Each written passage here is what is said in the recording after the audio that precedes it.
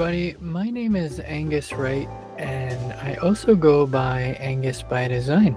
And my pronouns are they and he, but I'm pretty open to just about any pronoun, as long as it's respectful and in the spirit of connecting. I'm connecting from my second home, which is a sweet little piece of property that I live on in the summer sometimes. And it backs onto some trees, so I'm just at my RV. I'm very excited about it. It's about 2 hours away from my other home, and it just brings me so much peace. Highlight from my weekend was just getting to come up here and open up camp, and 3 colors that could describe how I feel today. I would say green. I'm really just loving and appreciating all of the new growth and the grass, and just seeing all of the wonderful, foliage and just everything filling in. I would also say red, because red is a great color. It's full of vibrancy. It really just indicates life. It's a color of celebration. And then I would also say black.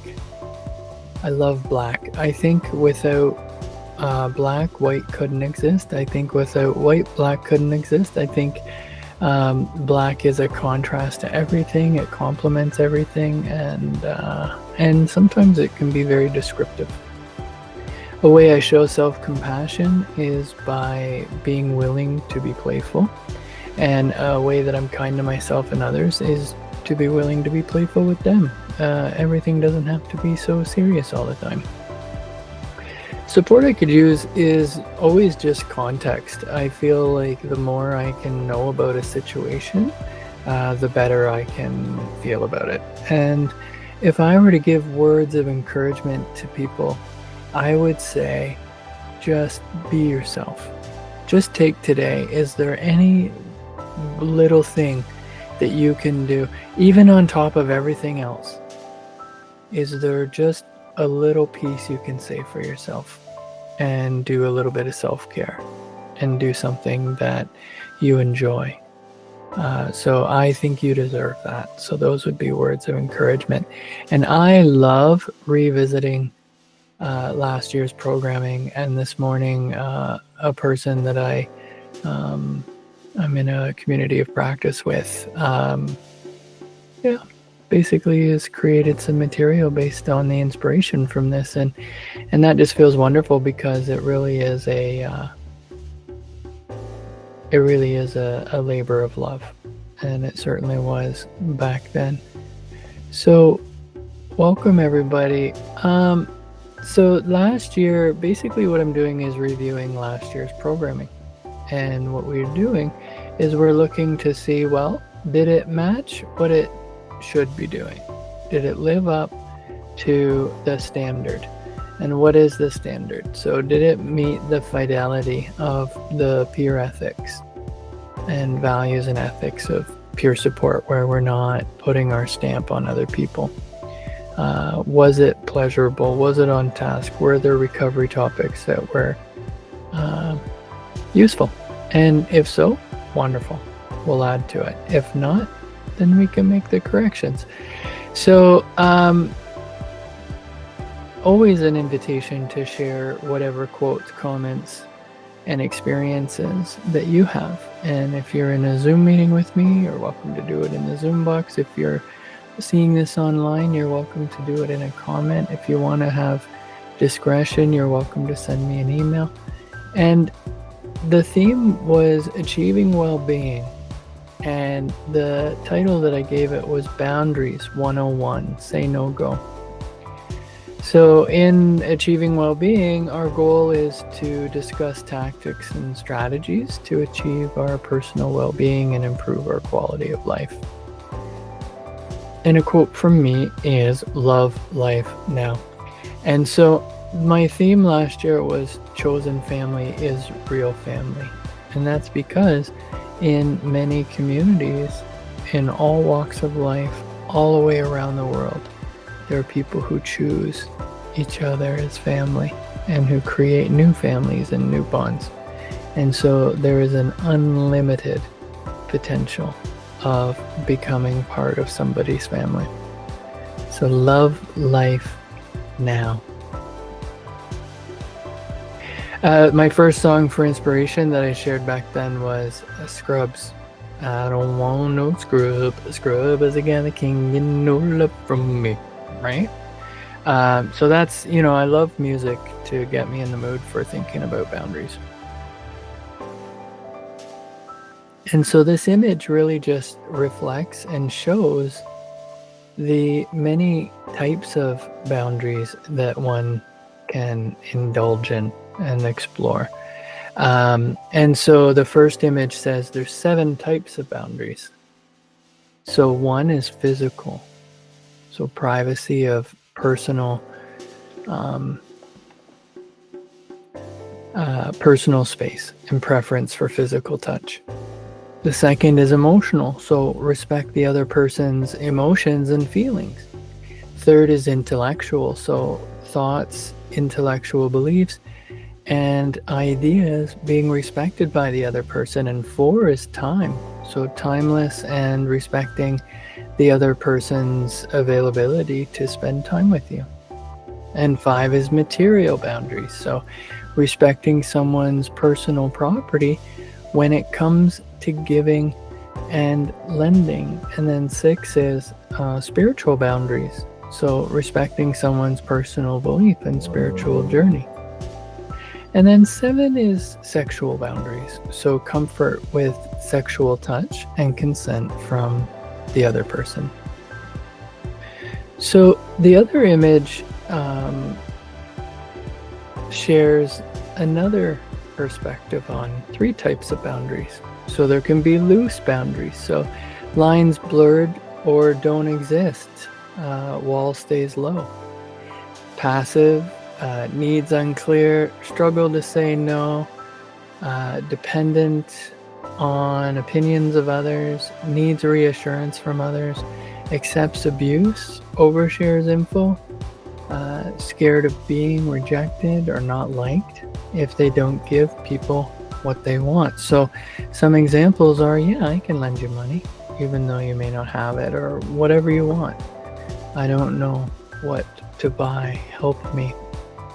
Healthy boundaries so are flexible and walls come up and down. So assertive clearly says what they need, can adjust boundaries based on relationship, can say no without feeling guilty, does not accept abuse, stands up for themselves, and not afraid to speak up. So examples would be, I'll walk away if you start raising your voice or use bad language. Thank you for the invite. I can attend for an hour. And what are your intentions for getting to know me? And then rigid boundaries. So not flexible. Wall stays high up, so no exceptions. Quick to cut people. Cold, avoids intimacy.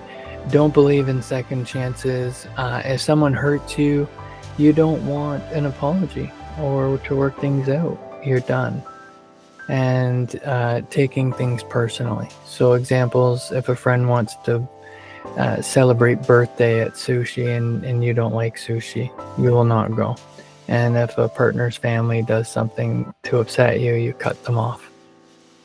And then even looking at what it looks like in terms of boundaries in recovery.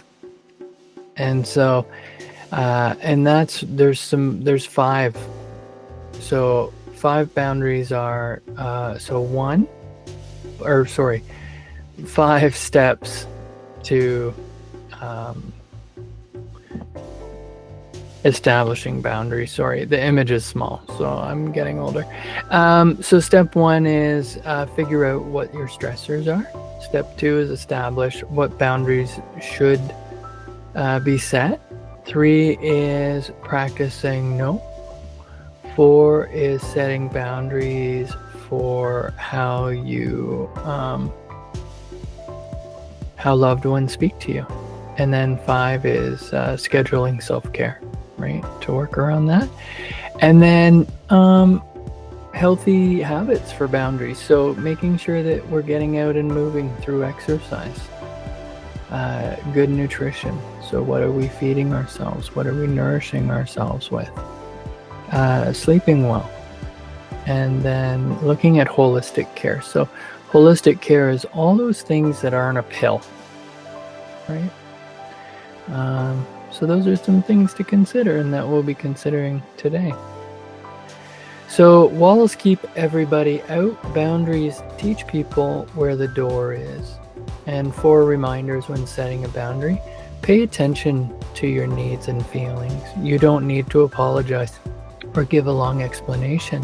And someone's response to a boundary is a reflection on them, not you.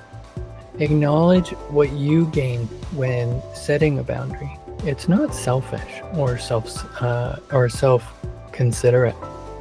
It's okay to prioritize your needs and to set a healthy boundary.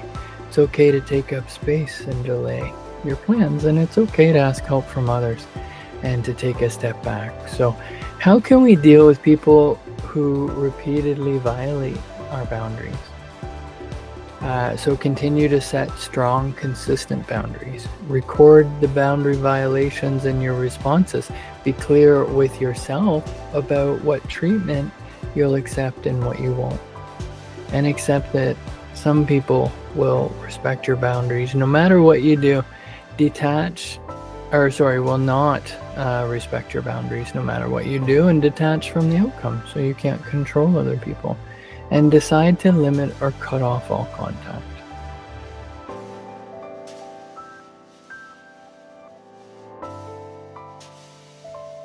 And so the opening song was No Scrubs, and the closing song for inspiration was De La Soul's Say No Go, right? And that's just an opportunity to practice. If you were to rate it on a scale of 1 to 5, where 1 is not helpful and 5 is very helpful, how was this experience? What was the relevance of the material? And what was any potential discussion you maybe had with yourself, or the potential you could have with others based on this? And even what was the style? What was the approach? Did you get anything from that? And what was the most helpful part? What's the most important thing you learned from yourself or others? And what is a comment you'd like to make about the experience today? I'm thankful for the opportunity to share these words, and my action plan for today is to continue opening up camp and to get set up for a wonderful summer.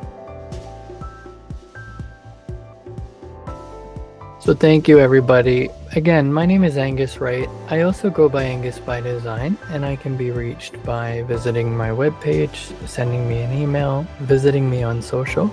I'm a certified peer specialist. I am an advanced level facilitator in the Wellness Recovery Action Plan. I'm a qualified emotional CPR practitioner, and I'm a certified well-being mentor. Thank you for joining me.